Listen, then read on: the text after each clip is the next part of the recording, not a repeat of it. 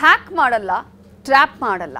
ಹೀಗಿದ್ರೂ ಹೆಣ್ಮಕ್ಳು ಎಲ್ಲಿದ್ದಾರೆ, ಏನು ಮಾಡ್ತಾ ಇದ್ದಾರೆ, ಕಾಲೇಜ್ಗೆ ಹೋಗಿದ್ದಾರಾ, ಕಾಲೇಜಿಂದ ಸೀದಾ ಮನೆಗೆ ಬಂದಿದ್ದಾರಾ ಇಲ್ವಾ ಅನ್ನೋದರ ಬಗ್ಗೆ ಟ್ರ್ಯಾಕ್ ಮಾಡ್ತಾರೆ. ಇಂತಹ ಅಮಾಯಕ ಹೆಣ್ಣುಮಕ್ಕಳನ್ನು ಸಂಚು ರೂಪಿಸಿ ಸಾವಿಗೂ ಕೂಡ ಒಳಪಡಿಸ್ತಾರೆ. ಯಾವ ಸುಳಿವನ್ನು ಕೊಡದೆ ಅವರ ಜೀವವನ್ನು ತೆಗಿತಾರೆ. ಇಂತಹ ನಿಗೂಢ ಜಾಲವೊಂದು ಇದೀಗ ಹೆಣ್ಣುಮಕ್ಕಳನ್ನು ಸಾಯಿಸುವಂತಹ ಜಾಲ ಸಿಕ್ಕಿಬಿದ್ದಿದೆ. ಹಾಗಾದರೆ ಆ ಜಾಲ ಯಾವುದು, ಅವರು ಯಾವ ರೀತಿಯಾಗಿ ಸಂಚನ್ನು ರೂಪಿಸಿ ಕೊಲೆ ಮಾಡ್ತಾರೆ ಅನ್ನೋದರ ಕಂಪ್ಲೀಟ್ ಡೀಟೇಲ್ಸ್ ಇಲ್ಲಿದೆ.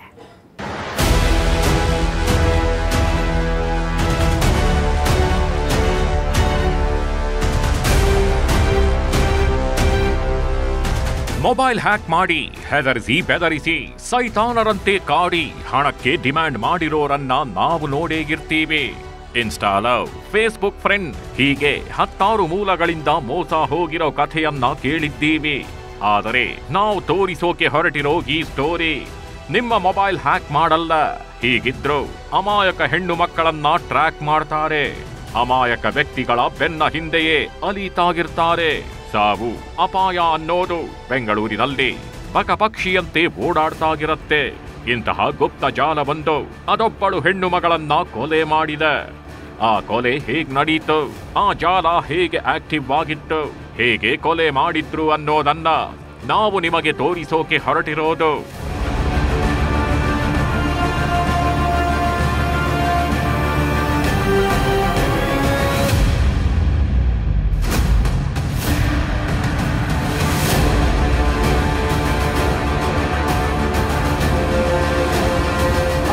ಹಿಂದೆ ಬರ್ತಾ ಇದ್ದಾನೆ, ನಾನು ಲವ್ ಮಾಡು ಅಂತ. ನಮ್ಮ ಮಗಳಿಗೆ ಇಷ್ಟ ಇಲ್ಲ ಸರ್, ಟಾರ್ಚರ್ ಕೊಡ್ತಾ ಇದ್ದ ಅವನು ಈ ಥರ ಮಾಡಿಬಿಟ್ಟಿದ್ದಾನೆ ಸರ್. ಅವನು ಬಿಡಬಾರ್ದು ಸರ್, ಇನ್ಕೌಂಟ್ರ್ ಮಾಡಬೇಕು, ಅವನು ಇರಬಾರ್ದು. ನನ್ನ ಮಗಳು ಹೋದ್ಲು.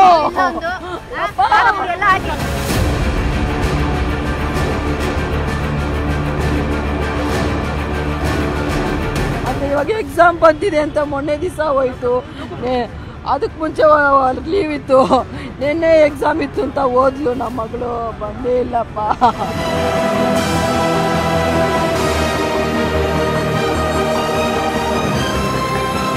ಇವರಾಗಿ ಕಣ್ಣೀರಿಗೆ, ಇವರಾಗಿ ಆಕ್ರೋಶಕ್ಕೆ, ಇವರಾಗಿ ರೋಷಾವೇಶಕ್ಕೆ ಕಾರಣ ಈ ಕಿರಾತಕನೇ, ಈ ಪಾಪಿ ಸೃಷ್ಟಿಸಿದ್ದ ನಿಗೂಢ ಜಾಲವೇ. ಸುಳಿವೆ ಕೊಡದೆ ಜಾಲ ಸೃಷ್ಟಿಸಿಕೊಂಡು ಇಡೀ ಬೆಂಗಳೂರನ್ನೇ ಬೆಚ್ಚಿ ಬೀಳಿಸಿರೋಗಿ ಖತರ್ನಾಕ್ ಆಸಾಮಿಯ ಹೆಸರು ವಿಘ್ನೇಶ್ ಅಲಿಯಾಸ್ ಸಂಜಯ್. ಬೆಂಗಳೂರಿನ ಶ್ರೀರಾಂಪುರದ ಸ್ವತಂತ್ರ ನಗರದ ಕ್ರಿಮಿ. ಅಪ್ಪ ಅಮ್ಮ ದುಡಿದು ತಂದು ಹಾಕಿದ್ರೆ ತಿಂದು ತೇಗಿ ಬೀದಿ ಬೀದಿ ಅಲೆಯುತ್ತಿದ್ದ 420 ಗಿವನು. ಡೋರ ದುಡ್ಡು ಅಂದ್ರೆ ಗಿಮನಿಗೆ ಎಲ್ಲಿಲ್ಲದ ಪ್ರೀತಿ. 2022ರಲ್ಲಿ ಒಂದು ರಾಬರಿ ಕೇಸ್ನಲ್ಲಿ ಲಾಕ್ ಆಗಿದ್ದ. ಈಗ ಕಾಲೇಜ್ ಯುವತಿಯ ಪ್ರತಿ ಹೆಜ್ಜೆಯ ಮೇಲೆ ನಿಗೂಢವಾಗಿ ಕಣ್ಣಿಟ್ಟು ಜಾಲ ಸೃಷ್ಟಿಸಿಕೊಂಡು ಆ ಅಮಾಯಕ ಹೆಣ್ಣು ಮಗಳನ್ನೇ ಪ್ಲಾನ್ ಮಾಡಿ ಕೊಲೆ ಮಾಡೇ ಬಿಟ್ಟಿದ್ದಾನೆ. ಬಿಫಾಮ ಓದುತ್ತಿದ್ದ ಯುವತಿಯನ್ನೇ ಬೀದಿ ಹೆಣ ಮಾಡಿಬಿಟ್ಟಿದ್ದಾನೆ.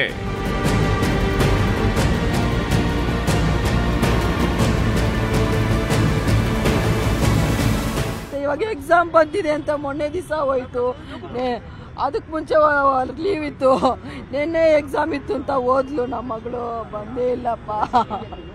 ನಮ್ಮ ಮಗಳು ಊಟ ಮಾಡಿದ್ಲ ಇಲ್ಲ ಅಂತ ನನಗೆ ಗೊತ್ತಿಲ್ವಲ್ಲ. ಬೇಡ, ಬಿಡಬಾರ್ದು. ಇದಕ್ಕೆ ಮೇಲೆ ಎಲ್ಲರೂ ಹುಷಾರಾಗಿರ್ಬೇಕು. ನಮ್ಮ ಮಗಳಿಗಾಗಿ ಬಿಡಬಾರ್ದು. ನಮ್ಮ ಮಗಳಿರೋವಳು ಒಬ್ಳೇ ಹೊಳ್ಳು. ನೋಡಿ, ಬೆಂಗಳೂರಿನ ಮಂತ್ರಿ ಮಾಲ್ನಿಂದ ಸ್ವಲ್ಪ ದೂರದಲ್ಲೇ ಇರೋ ರಸ್ತೆಗಿದು. ಈ ರಸ್ತೆಯಿಂದ ಕಾಲು ದಾರಿಯಲ್ಲಿ ನಡೆದುಕೊಂಡು ಹೋದ್ರೆ ಒಂದು ರೈಲ್ವೆ ಟ್ರ್ಯಾಕ್ ಸಿಗತ್ತೆ. ಈ ರೈಲ್ವೆ ಟ್ರ್ಯಾಕ್ ದಾಟಿದ್ರೆ ಶ್ರೀರಾಂಪುರದ ಸ್ವತಂತ್ರ ನಗರ ಸಿಗತ್ತೆ. ಆದರೆ ಕಾಲೇಜಿಗೆ ಹೋಗಿ ಮನೆ ಕಡೆ ಹೊರಟಿದ್ದಾಗಿ ಅಮಾಯಕಿ ರೈಲ್ವೆ ಟ್ರ್ಯಾಕ್ ಕೂಡ ದಾಟಿಲ್ಲ. ಅಷ್ಟರಲ್ಲೇ ರಕ್ತಾಸುರನ ಸಂಚಿನ ಚಾಕು ಏಟಿಗೆ ಕೊಲೆಯಾಗಿ ಹೋಗಿದ್ದಾಳೆ.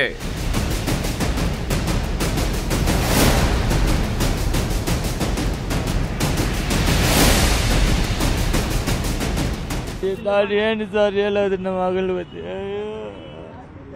ನೋಡಿದ್ರೆ ಹೇಳಕ ಬರಲ್ಲ ನನ್ನ ಬಾಯಿ. ಇಲ್ಲಿ ಕಟ್ ಮಾಡಿದಾನೆ, ಇಲ್ಲಿ ಕಟ್ ಮಾಡಿದಾನ.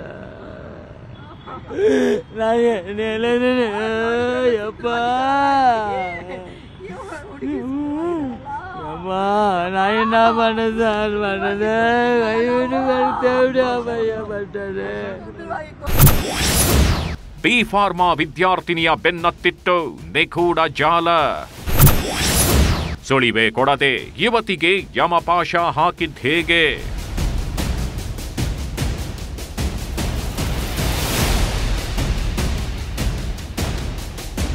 ಮಾಡದ ತಪ್ಪಿಗೆ ತನ್ನ ಪಾಡಿಗೆ ತಾನು ಗಿರಬೇಕು ಅಂದುಕೊಂಡು ಕಾಲೇಜಿಗೆ ಹೋಗಿ ಬರ್ತಾ ಇದ್ದ ಹೆಣ್ಣು ಮಗಳು ಪಾಪಿ ಜಾಲದಲ್ಲಿ ಸಿಲುಕಿ ಕೊಲೆಯಾಗಿ ಹೋಗಿರೋ ಈ ಹೆಣ್ಣು ಮಗಳ ಹೆಸರು ಯಾಮಿನಿ ಪ್ರಿಯ. ಬೆಂಗಳೂರಿನ ಶ್ರೀರಾಂಪುರದ ಸ್ವತಂತ್ರ ನಗರದ ನಿವಾಸಿ ಬನಶಂಕರಿಯ ಖಾಸಗಿ ಕಾಲೇಜಿನಲ್ಲಿ ಬಿ ಫಾರ್ಮಸಿ ಓದುತ್ತಿದ್ದಳು. ಎಕ್ಸಾಮ್ ಇದೆ ಅಂತ ಫುಲ್ ಪ್ರಿಪೇರ್ ಆಗಿದ್ಲು. ಎಕ್ಸಾಮ್ ಕೂಡ ಅಟೆಂಡ್ ಮಾಡಿದ್ಲು. ಅದರಂತೆ ಕಳೆದ ಅಕ್ಟೋಬರ್ 16ನೇ ತಾರೀಕು ಕೂಡ ಕಾಲೇಜಿಗೆ ಹೋಗಿ ಎಕ್ಸಾಮ್ ಬರೆದು ಮನೆಗೆ ವಾಪಸ್ ಆಗ್ತಿದ್ಲು. ಮಧ್ಯಾಹ್ನ 2:30 ಸುಮಾರಿಗೆ ಕಾಲೇಜಿನಿಂದ ಬಸ್ನಲ್ಲಿ ವಾಪಸ್ ಆಗಿದ್ಲು. ಮಂತ್ರಿ ಮಾಲ್ ಬಳಿ ಇಳಿದು ಇಂದಿರಾ ಕ್ಯಾಂಟೀನ್ಗೆ ಹೋಗುವ ಕಾಲುದಾರಿಯ ಮೂಲಕ ಮನೆಗೆ ಹೋಗ್ತಾಗಿದ್ಲು. ಈ ವೇಳೆ ಯಾಮಿನಿ ಪ್ರಿಯಾ ಪಾಲಿಗೆ ಯಮನಾಗಿ ಅಡ್ಡ ಬಂದಿದ್ದೆ ಈ ವಿಘ್ನೇಶ್.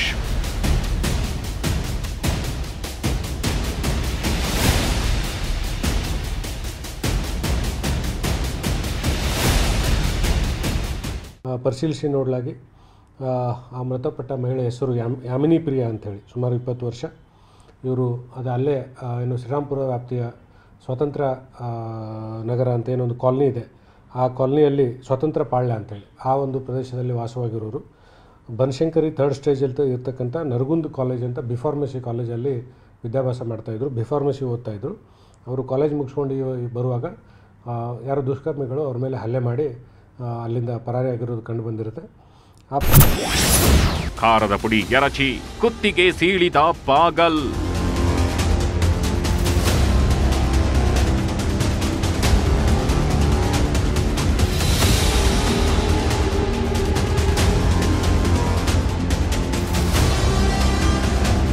ಯಾಮಿನಿ ಪ್ರಿಯಾ ಸಾವಿನ ಸುದ್ದಿ ಇಡೀ ಶ್ರೀರಾಂಪುರದಲ್ಲಿ ಕಾಡ್ಗಿಚ್ಚಿನಂತೆ ಹಬ್ಬತ್ತೆ. ಕುಟುಂಬಸ್ಥರು ಸ್ಪಾಟ್ಗೆ ಓಡೋಡಿ ಬರ್ತಾರೆ, ಪೊಲೀಸರು ಕೂಡ ಆಗಮಿಸ್ತಾರೆ, ಡಿಸಿಪಿ ಕೂಡ ಘಟನಾ ಸ್ಥಳಕ್ಕೆ ಬರ್ತಾರೆ. ನಡೆದು ಹೋಗಿರೋ ಅನ್ಯಾಯವನ್ನ ಕಣ್ಣಾರೆ ನೋಡ್ತಾರೆ. ಸ್ಥಳದಲ್ಲಿ ಬಿದ್ದಿದ್ದ ಖಾರದ ಪುಡಿ ಪಕ್ಕದಲ್ಲಿ ಬಿದ್ದಿದ್ದ ಚಾಕು ಇಲ್ಲಿ ಏನಾಯ್ತು ಅನ್ನೋದನ್ನ ವಿವರಿಸಿತ್ತು. ಯಾಮಿನಿ ಪ್ರಿಯಾ ಕಣ್ಣಿಗೆ ಖಾರದ ಪುಡಿ ಎರಚಿ ಚಾಕುವಿನಿಂದ ಕುತ್ತಿಗೆ ಸೀಳಿದ್ದಾನೆ. ನಂತರ ಬಾಯಿ ಎದೆಗೆ ಚಾಕು ಗಿರಿದಿದ್ದಾನೆ ಅನ್ನೋದು ಸ್ಪಷ್ಟವಾಗಿ ತಿಳಿಯುತ್ತೆ. ಇಲ್ಲಿಂದಲೇ ಕೊಲೆಗೆ ಕಾರಣ ಏನು ಅನ್ನೋದು ಗೊತ್ತಾಗುತ್ತಾ ಹೋಗುತ್ತೆ.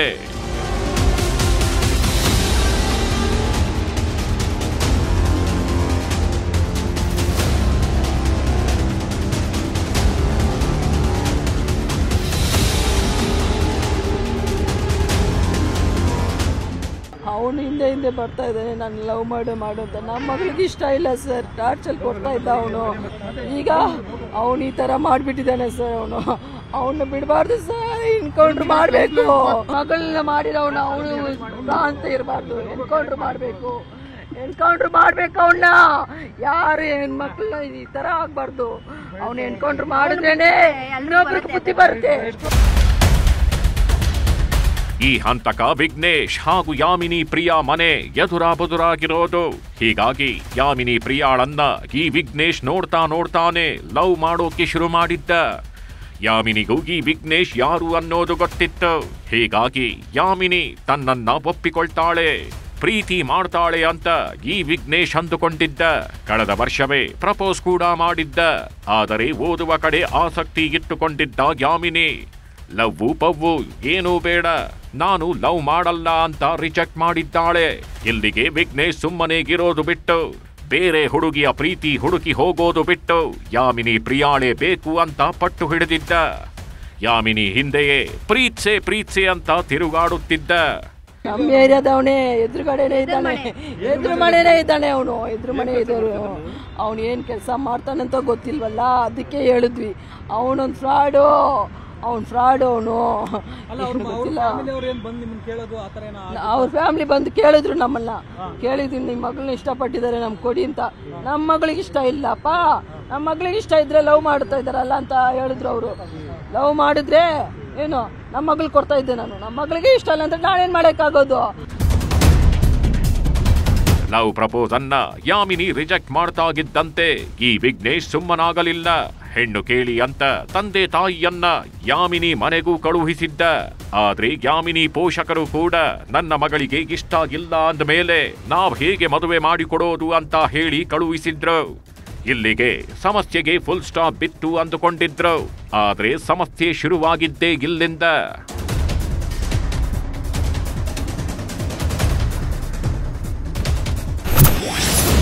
ಮಿಷನ್ ಯಾಮಿನಿ ಪ್ರಿಯಾ ಗ್ರೂಪ್ ಕ್ರಿಯೇಟ್.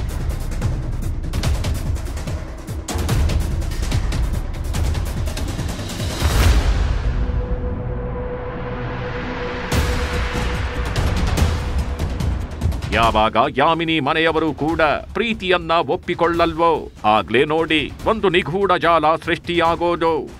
ಯಾಮಿನಿ ಎಲ್ಲಿದ್ದಾಳೆ, ಏನು ಮಾಡ್ತಿದ್ದಾಳೆ, ಕಾಲೇಜಿಗೆ ಹೋಗಿದ್ದಾಳ ಅನ್ನೋದನ್ನ ತಿಳಿದುಕೊಂಡು ತನಗೆ ಅಪ್ಡೇಟ್ ಮಾಡುವಂತೆ ಒಂದು ಗ್ಯಾಂಗ್ ಕಟ್ಟೋದು, ಒಂದು ವಾಟ್ಸಪ್ ಗ್ರೂಪ್ ಕ್ರಿಯೇಟ್ ಮಾಡೋದು. ಆ ವಾಟ್ಸಪ್ ಗ್ರೂಪಿಗೆ ಮಿಷನ್ ಯಾಮಿನಿ ಪ್ರಿಯಾ ಅಂತ ಹೆಸರಿಟ್ಟು ಬಿಟ್ಟಿದ್ದ.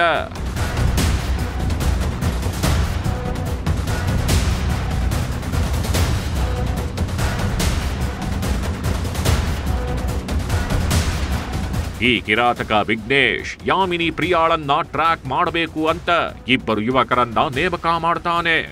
ಅದು ಕೂಡ ತಾನು ಪೊಲೀಸ್, ನಾನು ಹೇಳಿದಂತೆ ಮಾಡಬೇಕು.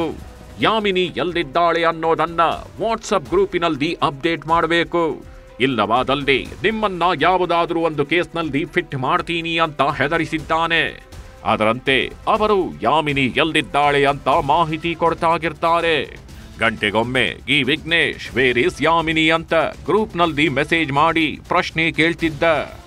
ಆ ಪ್ರಶ್ನೆಗೆ ಉತ್ತರ ಸಿಕ್ತಾಗಿತ್ತು.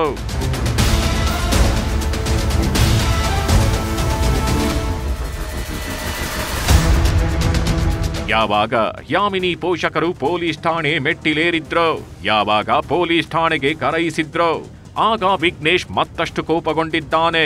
ಇನ್ನು ಈ ಯಾಮಿನಿ ನನಗೆ ಸಿಗೋದಿಲ್ಲ, ನನಗೆ ಸಿಗದ ಯಾಮಿನಿ ಇನ್ಯಾರಿಗೂ ಸಿಗಬಾರದು ಅಂತ ಹುಚ್ಚನಂತೆ ಆಗಿದ್ದಾನೆ. ಯಾಮಿನಿಗೆ ಒಂದು ಗತಿ ಕಾಣಿಸ್ಬೇಕು ಅಂತ ನಿರ್ಧಾರಕ್ಕೆ ಬಂದು ಬಿಟ್ಟಿದ್ದಾನೆ. ನಂತರ ಅಕ್ಟೋಬರ್ 16ನೇ ತಾರೀಕು ಯಾಮಿನಿ ಕಾಲೇಜಿನಲ್ಲಿ ಎಕ್ಸಾಮ್ ಬರೆದು ವಾಪಸ್ ಆಗೋದನ್ನ ಕಾದಿದ್ದಾನೆ. ನಂತರ ಯಾಮಿನಿ ಬರ್ತಾಗಿದ್ದಂತೆ ಯಾಮಿನಿ ಕಣ್ಣಿಗೆ ಖಾರದ ಪುಡಿ ಎರಚಿ ಚಾಕುವಿನಲ್ಲಿ ಇರಿದು ಕೊಂದಿದ್ದಾನೆ. ನಂತರ ಸ್ನೇಹಿತನ ಬೈಕ್ ಏರಿ ಅಲ್ಲಿಂದ ಎಸ್ಕೇಪ್ ಆಗಿದ್ದಾನೆ. ಆದರೆ ಪೊಲೀಸರು ತನಿಖೆ ಮಾಡಿ ಹಂತಕನನ್ನ ಬಂಧಿಸಿದ್ದಾರೆ. ಕಿರಾತಕನಿಗೆ ಸಹಾಯ ಮಾಡಿದ ನೀಚರನ್ನು ಬಂಧಿಸಿದ್ದಾರೆ. ವಾಟ್ಸಪ್ ಚಾಟಿಂಗ್ ಪರಿಶೀಲನೆ ಮಾಡಿದಾಗ ವಿಘ್ನೇಶ್ನ ನಿಗೂಢ ಜಾಲ ಪತ್ತೆಯಾಗಿದೆ. ಇಲ್ಲಿಗೆ ನಿಮಗೊಂದು ಅರ್ಥ ಆಗಿರಬೇಕು, ನಮ್ಮ ಬೆನ್ನ ಹಿಂದೆಗೆ ಅಪಾಯ ಸದಾಗಿರುತ್ತೆ. ನಮಗೆ ಗೊತ್ತಿಲ್ಲದೆ ಫಾಲೋ ಮಾಡೋರು ಇರ್ತಾರೆ, ಕೊನೆಗೆ ಜೀವಾನು ತೆಗೀತಾರೆ ಅನ್ನೋದು. ಹೀಗಾಗಿ ಹೆಜ್ಜೆ ಹೆಜ್ಜೆಗೂ ಎಚ್ಚರಿಕೆಯ ಹೆಜ್ಜೆ ಇಡಬೇಕಿದೆ.